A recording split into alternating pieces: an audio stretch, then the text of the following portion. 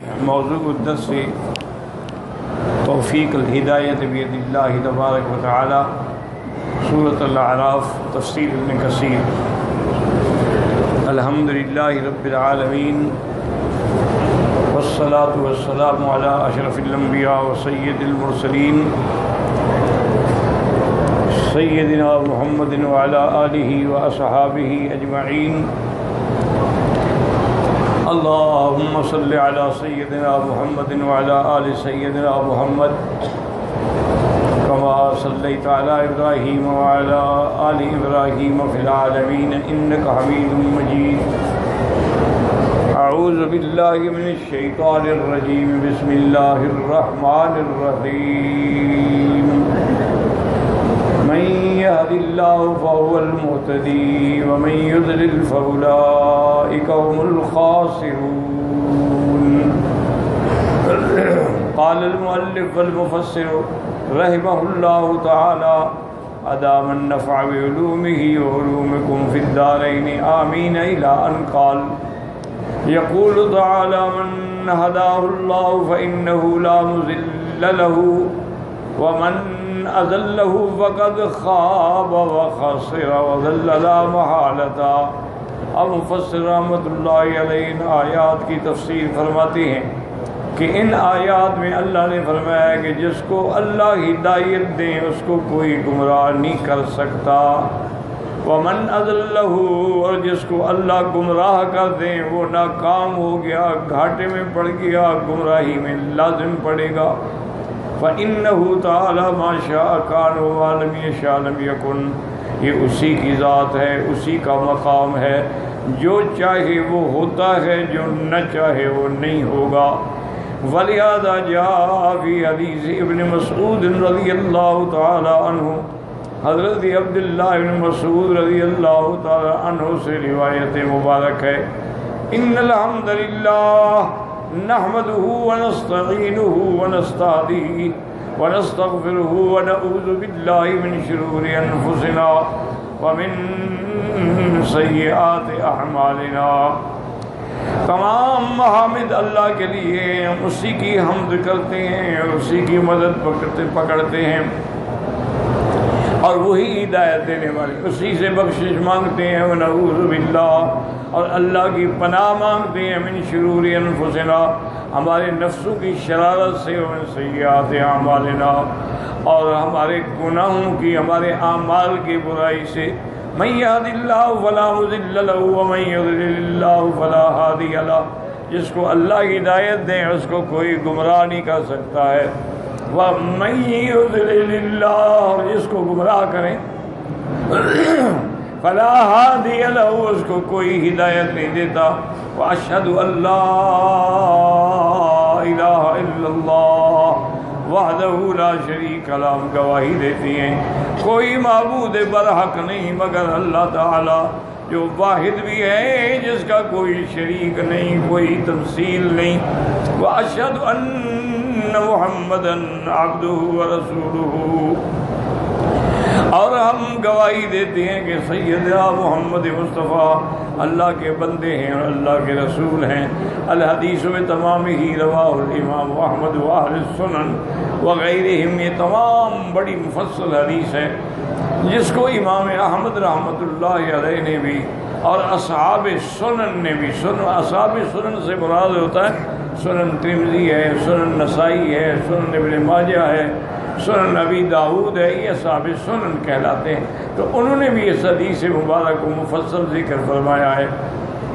وَلَقَدْ ذَرَأْنَا لِجَهَنَّمَ كَثِيرًا مِّنَ الْجِنِّ وَالْإِنسِ لَهُمْ قُلُوبٌ لَّا يَفْقَهُونَ بِهَا وَلَهُمْ أَعْيُنٌ لَّا يُبْصِرُونَ بِهَا وَلَهُمْ آذَانٌ لَّا يَسْمَعُونَ بِهَا أُولَٰئِكَ كَالْأَنْعَامِ بَلْ هُمْ أَضَلُّ أُولَٰئِكَ هُمُ الْغَافِلُونَ۔ يقول تعالیٰ وَلَقَدْ ذَرَأْنَا لِجَهَنَّمَ، أَيْ خَلَقْنَا وَجَعَلْنَا لِجَهَنَّمَ، ہم نے پیدا کیا اور جہنم کے لیے ان کو بنایا، كَثِيرًا مِّنَ الْجِنِّ وَالْإِنسِ، اے جنات سے، حَيَّأْنَاهُمْ لَهَا، ہم نے ان کو جہنم کے لیے اختیار کیا وَيَعْمَلُ أَهْلَهَا وَبِعَمْلِ أَهْلِهَا يَعْمَلُونَ، اور وہ جہنمیوں والے عمل کرتے ہیں اور ٹھکانہ ان کا جہنم ہے۔ وَإِنَّهُ تَعَالَى لَمَّا أَرَادَ أَن يَخْلُقَ الْخَلْقَ عَلِمَ مَا هُمْ عَامِلُونَ قَبْلَ كَوْنِهِمْ فَكَتَبَ ذَلِكَ عِندَهُ فِي كِتَابٍ قَبْلَ أَن يَخْلُقَ السَّمَاوَاتِ وَالْأَرْضَ ب50 ألف سنة۔ اب مفسر رحمۃ اللہ علیہ فرماتی ہیں کہ جب اللہ نے ارادہ فرمایا مخلوق کو پیدا فرمانے کا، اور اللہ جانتے ہیں کہ وہ کیا کریں گے، پیدا ہونے سے پہلے بھی اللہ جانتے ہیں، فَكَتَبَ ذَلِكَ عِندَهُ، اور اللہ نے ہر چیز اپنی کتاب کے اندر لکھ دی، قبل ان يخلق السماوات والارض، ابھی آسمان و زمین بھی پیدا نہیں ہوئے تھے کہ 50,000 سال پہلے اللہ نے لکھ دیا، کیونکہ سب سے پہلی چیز جو پیدا ہوئی ہے وہ اللہ کی قلم ہے۔ اول ما خلق اللہ القلم، سب سے پہلے اللہ نے قلم پیدا کی اور اس کو حکم دیا اکتب ما کان وما یکون وما هو کائن الی یوم القیامہ، کہ تم لکھو جو ہوگا، جو قیامت تک ہوتا رہے گا، سب لکھو۔ سب کو لکھ کے ایک کتاب میں محفوظ کر دیا گیا۔ کما ورد فی صحیح مسلم ان عبد اللہ بن عمر ان رسول اللہ صلی اللہ علیہ وسلم قال ان اللہ قدر مقادیر الخلق قبل ان يخلق السماوات والارض ب50 ألف سنة وكان عرشه على الماء۔ صحیح مسلم کے اندر یہ حدیث مبارک ہے، حضرت عبداللہ ابن عمر روایت کرتے ہیں کہ حضور پاک نے فرمایا اللہ نے تمام مخلوق کی تقدیر جو ہے وہ آسمان زمینوں کی پیدائش سے بھی 50,000 سال پہلے فیصلہ کر لیا۔ وَكَانَ عَرْشُهُ عَلَى الْمَاءِ، اور اللہ کا عرش پاک جو تھا وہ پانی پہ تھا۔ وفی صحیح مسلم ایضا من حدیث عائشہ بنت طلحہ عن خالتها عائشہ ام المؤمنین رضی اللہ عنہا انہا قالت دعی النبی صلی اللہ علیہ وسلم الى جنازۃ صبی من الانصار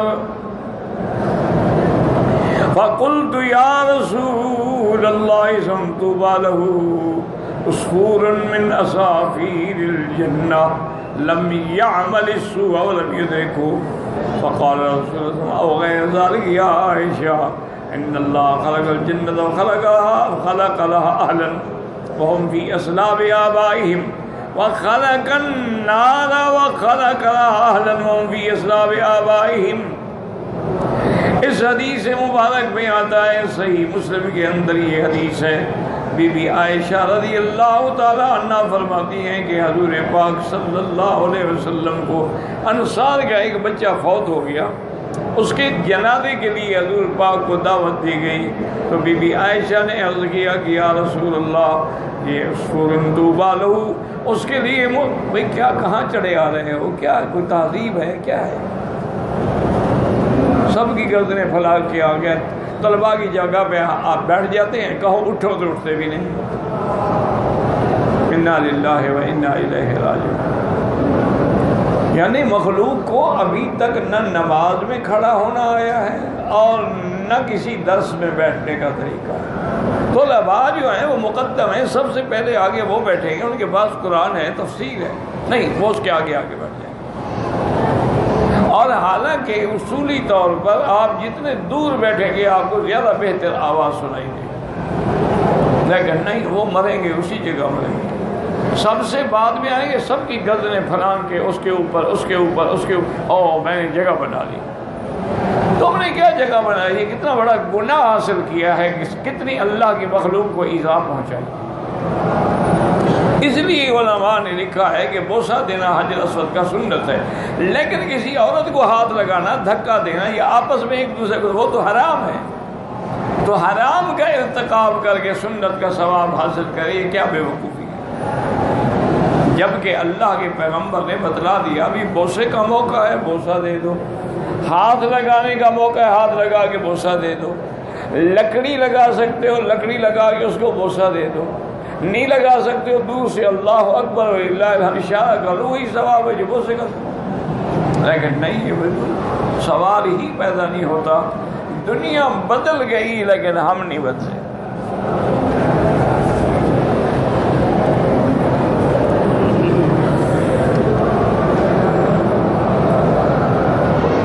تو بی بی عائشہ نے فرمایا کہ یا رسول اللہ، خود بڑی مبارک ہو اس بچے کو، یہ تو جنت کی چڑیا ہے، کیونکہ اس نے تو کوئی گناہ کیا ہی نہیں۔ حضرت نے فرمایا عائشہ اللہ کے علم میں ہے، آپ کیا کہہ رہی ہیں؟ اللہ نے جو مخلوق پیدا کی ہے تو جنت کے لیے بھی مخلوق ہے، اور وہ اپنے آبا کی پشت میں ہوتے ہیں، اور اللہ فیصلہ کر چکے ہوتے ہیں کہ یہ جنتی ہے۔ اور جہنم کے لیے بھی ہے، وہ اپنے ماں باپ کے پشت میں ہوتے ہیں، اور اللہ فیصلہ کر چکے ہوتے ہیں کہ یہ جہنمی۔ تو تمہیں کیا پتا کہ یہ بچہ جنتی ہے کہ جہنمی؟ یہ معاملہ تو اللہ کے ہے۔ وفي الصحيحين من حديث ابن مسعود ثم يبعث الله إليه الملك فيأمر بأربع كلمات فيكتب رزقه وأجله وعمله وشقي وسعيد۔ صحیحین کے اندر یعنی بخاری اور مسلم کے اندر یہ روایت موجود ہے کہ ابھی بچہ جو ہے وہ ماں کے پیٹ میں ہوتا ہے، یا تو اللہ تعالیٰ فرشتے کو بھیجتے ہیں کہ 4 چیزیں جو ہے لکھ دو۔ ایک تو اس کا رزق جو ہے وہ لکھ دو کہ اس کا رزق کتنی ہوگا، اور ایک اس کی عمر لکھ دو کہ اس کی عمر کتنی ہوگی، اور عمل لکھ دو کہ اس کا عمل جو ہے وہ اچھا ہوگا یا بھیڑا ہوگا، اور یہ بھی لکھ دو کہ یہ شقی ہوگا یا سعید ہوگا، بدبخت ہوگا یا نیک بخت ہوگا۔ یہ ساری چیزیں ابھی بچہ ماں کے پیٹ میں ہوتا ہے اور اللہ لکھ دیتے ہیں۔ اسی لیے سابقہ کتابوں میں یعنی روایات اسرائیلیہ میں یہ روایت آتی ہے کہ اللہ تبارک و تعالیٰ اپنے بندوں کو فرماتے ہیں کہ یا عبادی، ہے میرے بندے، خلقتک لعبادتی فلا تلعب، میں نے تمہیں اپنی عبادت کے لیے پیدا کیا ہے، تم کھیل کود میں وقت گزار رہے ہو۔ وَقَسَّمْتُ رِزْقُكَ فَلَا تَتْعَبْ، اور تمہارا رزق جو ہے وہ میں نے تقسیم کر دیا ہے، اس کے لیے تکلیف کرنے کی تو بس کوشش کرو، باقی اللہ کے ہاتھ میں ہے، نہ وہ بڑھ سکتا ہے اور نہ وہ کم ہو سکتا۔ اسی لیے عرب کا محاورہ ہے کہ النصیب یصیب، جو اللہ نے تیرے نصیب میں لکھا ہے وہ ہر حال میں تمہیں ملے گا۔ اور ان کا محاورہ ہے کہ النصیب یصیب ولو تحت الجبلین، 2 پہاڑوں کے نیچے بھی کوئی چیز دبی ہوئی ہے لیکن اللہ نے تیرے نصیب میں لکھی ہے تو تجھے ملے۔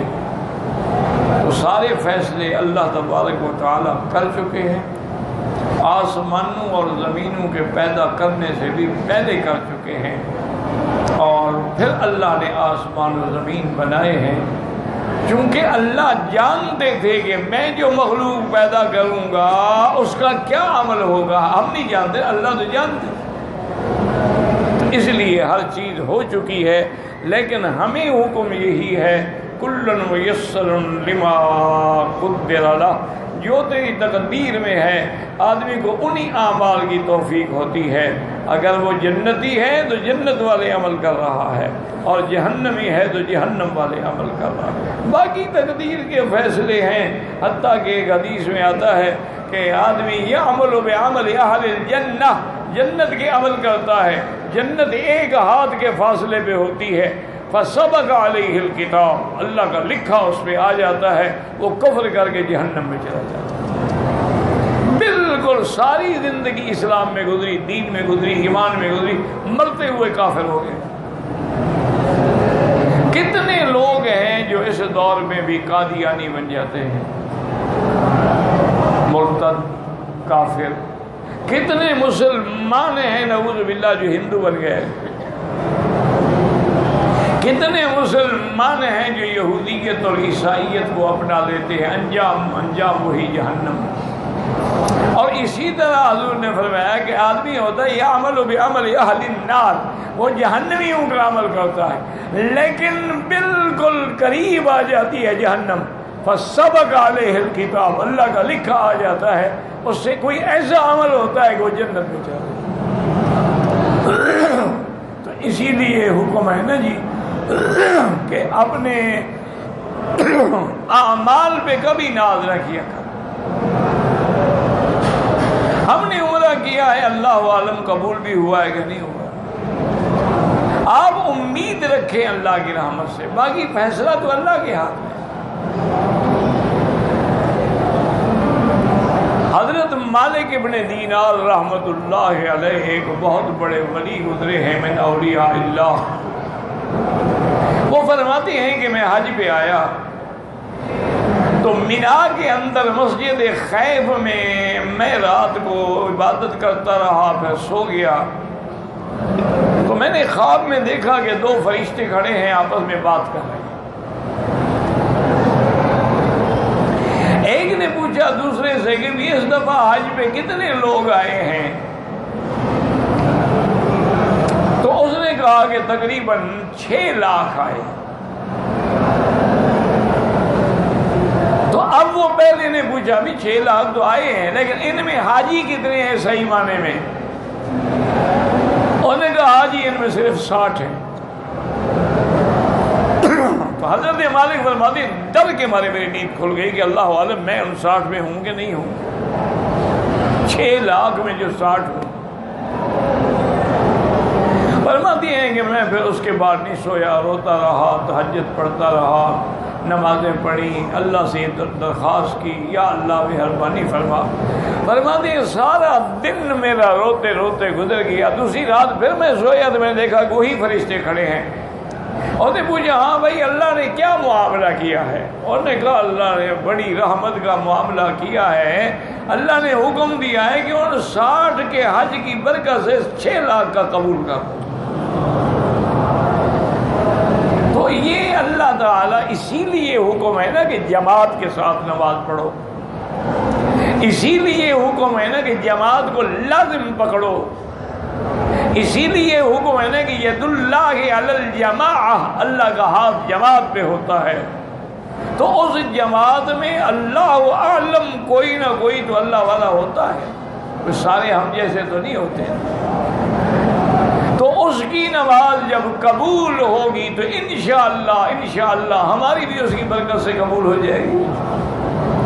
تو اس لیے ہمیشہ لازم اسی لیے ہوتا ہے کہ جنازے پہ جتنے زیادہ لوگ ہوں گے تو یہ دلیل ہوتی ہے مغفرت کی کہ اتنے آدمی جب اللہ سے دعا مانگیں گے تو اللہ تعالیٰ کسی کی تو فریاد سن لیں گے۔ اس لیے باقی فیصلے تقدیر کے ہو چکے ہیں، ہمارا ایمان ہے۔ باقی کوئی اعتراض کرے کہ جی ایسا کیوں کیا، وہ مالک ہے، ساری دنیا اس کی مخلوق ہے، اس کی مملوک ہے، اس کے عبید ہیں، وہ اپنے ملک میں جو چاہے گا تیرے ملک میں تصرف کرے تو اعتراض کریں گے نا، جب اس کا ملک ہے اس کی مرضی ہے۔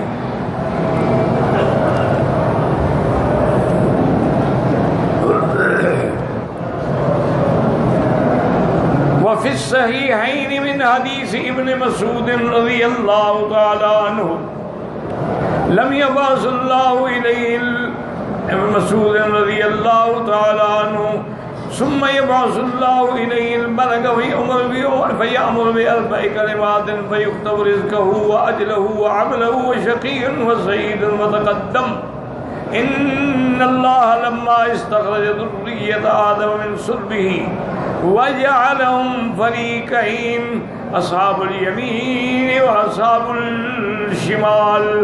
جیسے مفسر رحمۃ اللہ علیہ فرماتی ہیں کہ پہلے حدیث آپ پڑھ چکے ہیں کہ اللہ نے آدم علیہ السلام کی ذریت کو ان کی پشت سے نکالا، پھر ان کو 2 جماعتوں میں تقسیم کیا، اصحاب الیمین و اصحاب الشمال۔ اصحاب الیمین یعنی جنت والے، اصحاب الشمال یعنی جہنم والے۔ وقال ہؤلاء للجنہ، یہ جنتی ہیں، ولا ابالی، مجھے کسی کا کوئی فکر نہیں، وہؤلاء للنار ولا ابالی، اور یہ جہنمی ہے اور مجھے کسی کی پرواہ نہیں ہے۔ والاحادیث فی ھذا کثیرۃ ومسألۃ القدر کبیرۃ لیس ھذا موضوع بسطھا۔ اب مفسر فرماتے ہیں کہ اسی موضوع پہ حدیثیں بہت ہیں، اور تقدیر کا مسئلہ جو ہے یہ بہت بڑا ہے، یہ مقام نہیں ہے کہ اس پہ ہم مسئلہ تقدیر پہ بحث کریں۔ اب اللہ فرماتے ہیں لَهُمْ قُلُوبٌ لَا يَفْقَهُونَ بِهَا وَلَهُمْ أَعْيُنٌ لَا يُبْصِرُونَ بِهَا وَلَهُمْ آذَانٌ لَا يَسْمَعُونَ بِهَا، یعنی لَيْسَ يَنْتَفِعُونَ بِشَيْءٍ مِّنْ هَذِهِ الْجَوَارِحِ الَّتِي جَعَلَهَا اللَّهُ تَعَالَى سَبَبًا لِلْهِدَایَةِ، اللہ نے فرمایا ان کے دل ہیں لیکن وہ سمجھتے نہیں ہیں، آنکھیں ہیں وہ دیکھتے نہیں ہیں، کان ہیں وہ سنتے نہیں ہیں، یعنی اللہ نے یہ جو نعمتیں دی ہیں، یہ جو آزاد دیے ہیں، ان سے وہ ہدایت کی بات سننے کے لیے تیار نہیں۔ ویسے تو سب کچھ سنتے ہیں، سب کچھ دیکھتے ہیں، لیکن ہدایت کی بات نہیں سنتے ہیں۔ کما قال تعالی وجعلنا لهم سمعا وابصارا وافئدہ، ہم نے ان کو سننے کی مقام دیے ہیں، آنکھیں دی ہیں، دل دیے ہیں۔ فما اغنى عنهم سمعهم ولا ابصارهم ولا افئدة من شيء اذ كانوا يجحدون بآيات اللہ، لیکن ان اعضاء کا ان کو کوئی فائدہ نہیں ہوا چونکہ وہ اللہ کی آیات کا انکار کرتے ہیں۔ اسی طرح اللہ نے فرمایا صم بکم عمی فهم لا يرجعون ھذا فی حق المنافقین، کہ یہ گونگے بھی ہیں، بہرے بھی ہیں، اندھے بھی ہیں، نہیں لوٹتے، یہ منافقوں کے حق میں ہے۔ اور کافروں کے حق میں بھی آیا صم بکم عمی فهم لا يعقلون، وہ بہرے ہیں، گونگے ہیں، اندھے ہیں اور بالکل عقل بھی نہیں رکھتے۔ فلم یکونوا صما ولا بکما ولا عمیا الا عن الہدی، لیکن وہ گونگے بہرے نہیں سنتے نہیں دیکھتے، ہدایت کی بات نہیں سنتے، دنیا کی باتیں تو بڑی سنتے ہیں۔ کما قال تعالی ولو علم اللہ فیہم خیرا لاسمعہم ولو اسمعہم لولوا وہم معرضون، اللہ جانتے ہیں اگر ان میں خیر ہوتی تو اللہ ان کو بھی سناتے، ان کو بھی ہدایت دیتے۔ کما قال تعالی فإنہا لا تعمی الابصار ولكن تعمی القلوب التي في الصدور، قالوا من یعش عن ذکر الرحمن نقید له شیطانا فهو له قرین وإنهم ليصدونهم عن السبیل ويحسبون أنهم مہتدون، شیطان بھی مسلط ہوتا ہے اور یہ جو کچھ کر رہے ہیں حالانکہ گمراہی والے کام ہیں لیکن سمجھتے ہیں کہ نہیں ہم ہدایت پر ہیں۔ وَقَوْلُهُ تَبَارَكَ وَتَعَالَى أُولَٰئِكَ كَالْأَنْعَامِ، ان کی مثال ایسی ہے جیسے جانور، کھاتے جانور بھی ہیں، دیکھتے جانور بھی ہیں، سنتے جانور بھی ہیں، لیکن ان کا بھی وہی حال ہے کہ سنتے ہیں لیکن ہدایت کی بات نہیں سنتے۔ ہؤلاء الذین لا یسمعون الحق، جو حق کی بات نہیں سنتے اور حق کی طرف نہیں آتے، ولا یبصرون الہدی، اور ہدایت کو نہیں جانتے۔ کالانعام السارعہ، یہ جانور ہیں، لا تنتفع بهذه الأوادم الا في الذی بقیت فی ظاہر الحیات الدنیا، جیسے جانور دنیا میں کھاتا پیتا ہے اور اس کو کوئی فائدہ نہیں ان جوارے سے، ان کا بھی وہی مثال ہے۔ جیسے اللہ نے فرمایا مثل الذین کفروا کمثل الذی ینعق بما لا یسمع الا دعاء ونداء ومثلهم فی دعائهم من الایمان کمثل الانعام اذا دعاها داعیہ لا تسمع الا صوته، جیسے جانور فقط آواز سنتا ہے، اس کو پتہ کوئی نہیں ہوتا، یہ بھی سنتے ہیں لیکن ان کو پتہ کوئی نہیں ہوتا۔ ولا تفقہ ما یقول هذا قال تعالی فی اولا بل هم اضل ای من الدواب، یہ تو جانوروں سے بھی زیادہ گم کرتا رہا ہے۔ لأنها قد تستجیب ما ذلك لرائها اذا عبس بها وان لم تفقہ کلامه بخلافها، جانور پھر بھی یعنی اپنے چلانے والے کی آواز پہ آ تو جاتا ہے نا، وہ زیادہ نہ سمجھے اتنا تو فائدہ اٹھاتا ہے۔ اور انا تفعل ما خلقت له اما بتبعها واما بتسخيرها بخلاف الكافر، وہ بات جو اس کے لیے جس کے لیے اللہ نے اس کو پیدا کیا ہے، اللہ کے حکم کے مطابق وہ چل رہا ہے، لیکن یہ ان کو اللہ نے اپنی عبادت کے لیے پیدا کیا ہے اور یہ اللہ کے ساتھ شرک کر رہے ہیں اور کفر کر رہے ہیں۔ فَإِنَّهُ إِنَّمَا خَلَقَ لِيَعْبُدَ اللَّهَ وَحْدَهُ فَقَبَلَ، اللہ نے کیوں پیدا کیا تاکہ اللہ کی عبادت کرے، اللہ کی توحید کا اقرار کرے، لیکن یہ شرک کرتے ہیں۔ وَلِهَذَا مَنْ أَطَاعَ اللَّهَ مِنَ الْبَشَرِ كَانَ أَشْرَفُ مِنْ مَثْلِهِ مِنَ الْمَلَائِكَةِ فِي وَعْدِهِ، اب مفسر فرماتے ہیں کہ جو انسان اللہ کے احکام پہ چلنے والا ہے، اللہ کے فرمان کی اطاعت کرنے والا ہے، وہ فرشتے سے بھی اعلیٰ ہے، بہتر ہے۔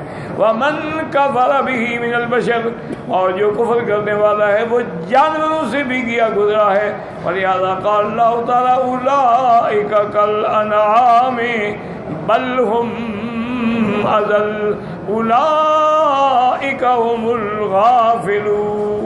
واللہ اعلم۔